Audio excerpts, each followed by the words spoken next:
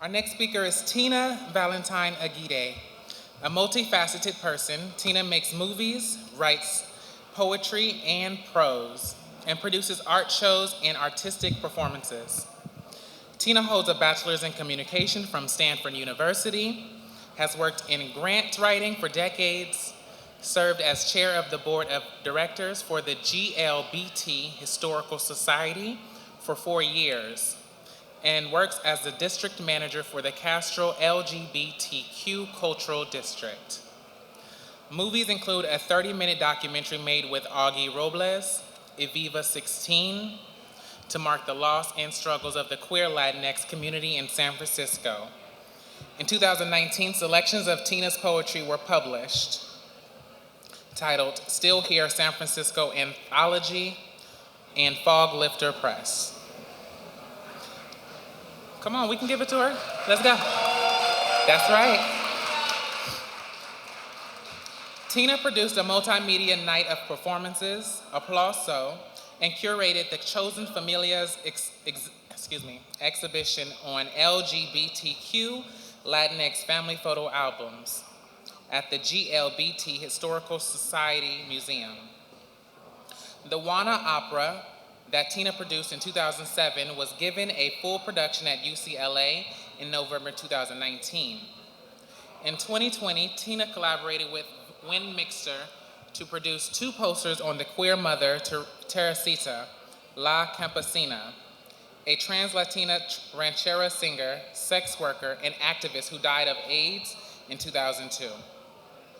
The posters were a part of Pride in a Protest, a project the San Francisco Arts Commission's Art on Market Street kiosk poster series, funded by the San Francisco Art Commission and the San Francisco Municipal Transportation Agency. They are now the executive director of the Castro LGBT Center. Please help me in welcoming Tina Valentin Aguirre.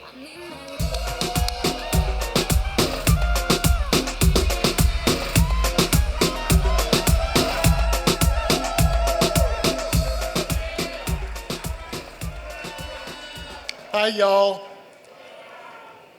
First, I just want to start out by giving a whole bunch of appreciation. I'm really, really happy to be here today with the transgender family of San Francisco. I also want to share on a personal note, I'm really glad this is a celebration. Tomorrow is my 54th birthday.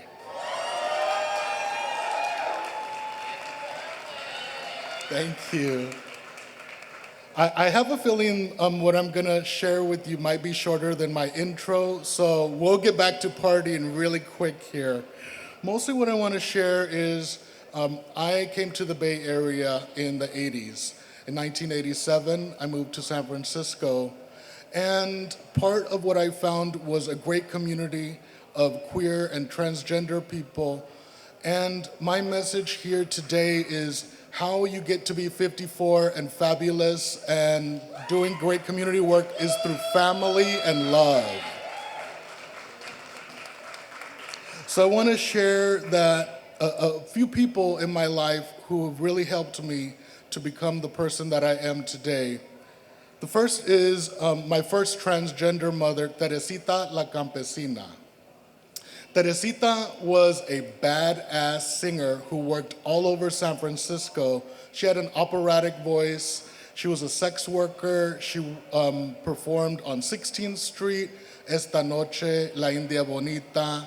And then she also performed throughout North Beach and on Valencia.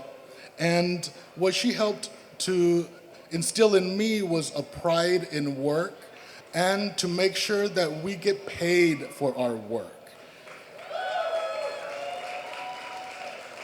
Why I share that is because so often we as community members end up giving our time, giving our love, giving our sweat, blood, and tears, and often don't get paid, don't get compensated, and then burn out.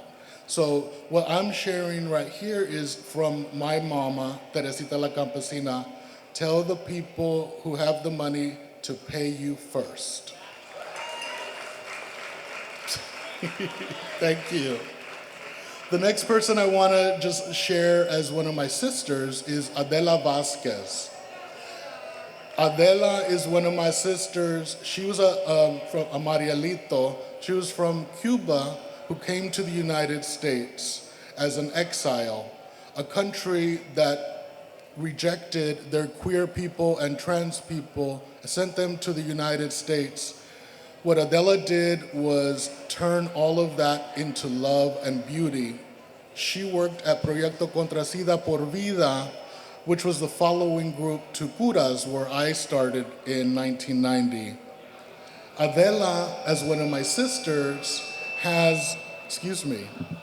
Adela, as one of my sisters, has a child, Julian Delgado Lopera, who I'm really proud to be a tia to.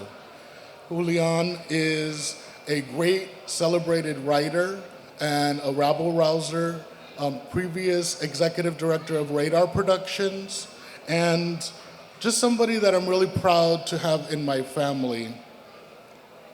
I also want to acknowledge Colette LeGrand Ashton. Colette is one of my other trans mothers who is a Grand Duchess of San Francisco. She was a part of the Compton's Riot play that came out and was a co-author of that play. And really serves as a great example of somebody who, despite coming out in the 60s, 70s, and 80s, when there was so much danger and criminality to us, applied to us in ways that were really unfair, what she did was to turn that around and to say, I love myself, I love my chosen family, I love my community. I'm gonna raise lots of money to make sure that we can take care of ourselves and love ourselves. Over the years, she has raised hundreds of thousands of dollars, $1 at a time, through the Ducal Council and through Aunt Charlie's and different events. I share this because she's a great example now as a senior, as an older adult elder in our community, of somebody who showed the way for those of us who are younger than her. Last, I want to acknowledge a nibbling of mine who's here, Shane Zaldivar. Shane, I don't know if you're here in the crowd, but if you could just raise your hand and maybe stand up. What I want to acknowledge, Shane is probably way in the back. Shane works with the Office of Transgender Initiatives and is the daughter of Donna Persona, who's another sister. Donna and Felicia Flames were both sisters of mine, and as a result, Shane is one of my nibblings. Why I share about Shane and the rest of my chosen family here tonight is because some of you may have come here alone. Some of you may not have lots of chosen family as examples of what elders in the community can do as an example for you. What I encourage you all to do is find your chosen family, love each other, care for each other, and enjoy the rest of the night. Thank you very much.